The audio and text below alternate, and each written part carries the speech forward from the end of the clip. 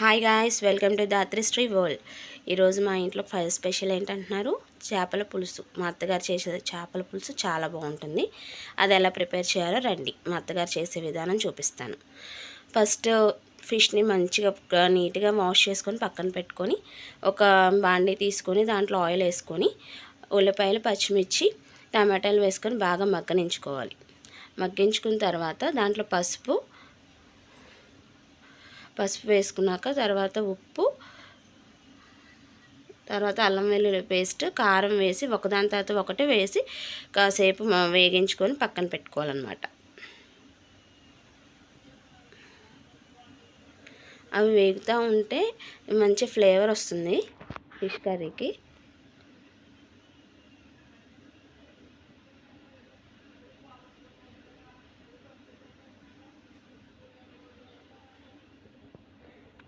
మా అల్లం వెల్లుల్లి పేస్ట్లో మేము హోల్ గరం మసాలా వేసి పేస్ట్ చేస్తామన్నమాట. హోల్ గరం మసాలా అంటే అన్నీ వేసేను, ఈసారి చూపిస్తాను నేను.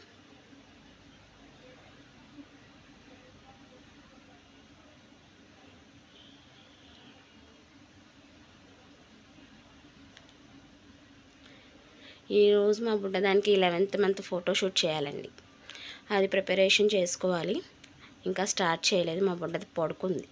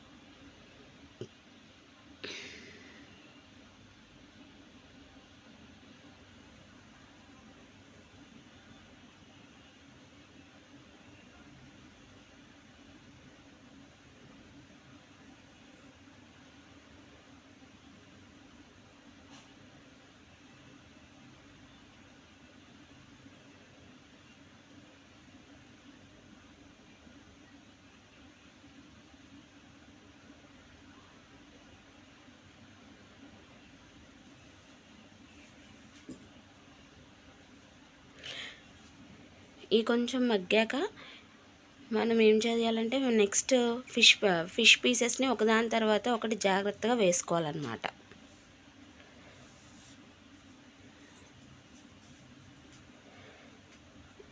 కొంచెం ఫ్రై అవ్వనివ్వాలి. కొంచెం ఆయిల్ పైకి తెగిలాక ఆ తర్వాత ఫిష్ పీసెస్ ఒకదాని తర్వాత ఒకటి వేసుకుంటూ ఉండాలి.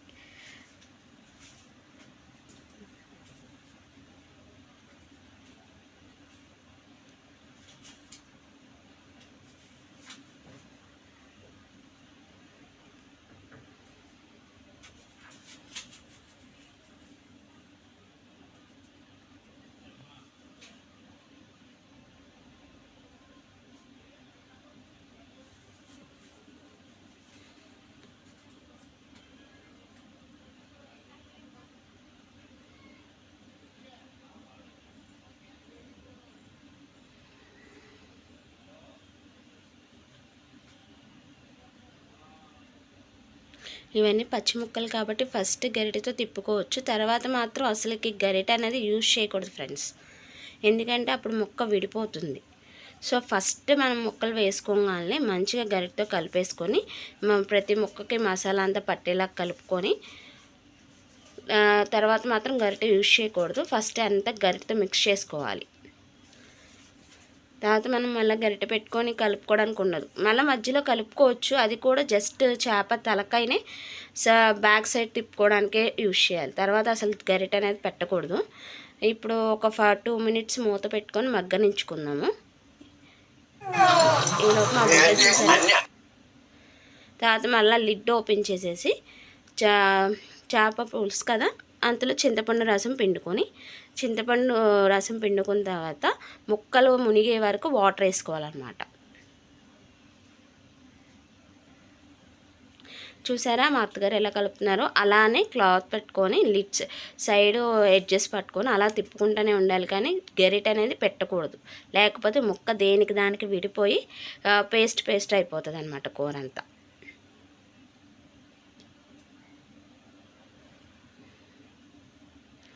సో ఇప్పుడు అంతా పెట్టేసుకున్నాం కదా. తర్వాత నేను దీంట్లో మేము వంకాయ కానీ బెండకాయ కానీ యాడ్ చేసుకోవాలి. నేను వంకాయలు యాడ్ చేసే క్లిప్పు మర్చిపోయాను. సో మీరు మీ ఇష్టానికి తగ్గట్టు వంకాయ కానీ బెండకాయ కానీ యాడ్ చేసుకోండి. నేను ఆ క్లిప్ తీయడం మర్చిపోయాను, యాడ్ చేయడం పిక్ తీసాను, అది యాడ్ చేయడం మర్చిపోయాను. సారీ, యాడ్ చేస్తాను చూడండి.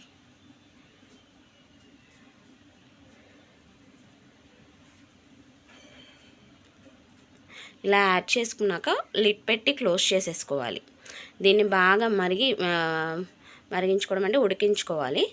ఇలా మధ్య మధ్యలో చెక్ చేసుకుంటూ ఉండాలి. అలా ఆయిల్ పైకి తేలేదాకా ఉంచుకొని, ఆయిల్ పైకి తేలేదాకా మన టేస్ట్ ఎన్హాన్స్ని బట్టి సాల్ట్, పులుపు, కారం అన్నీ చెక్ చేసుకుంటూ ఉండాలి.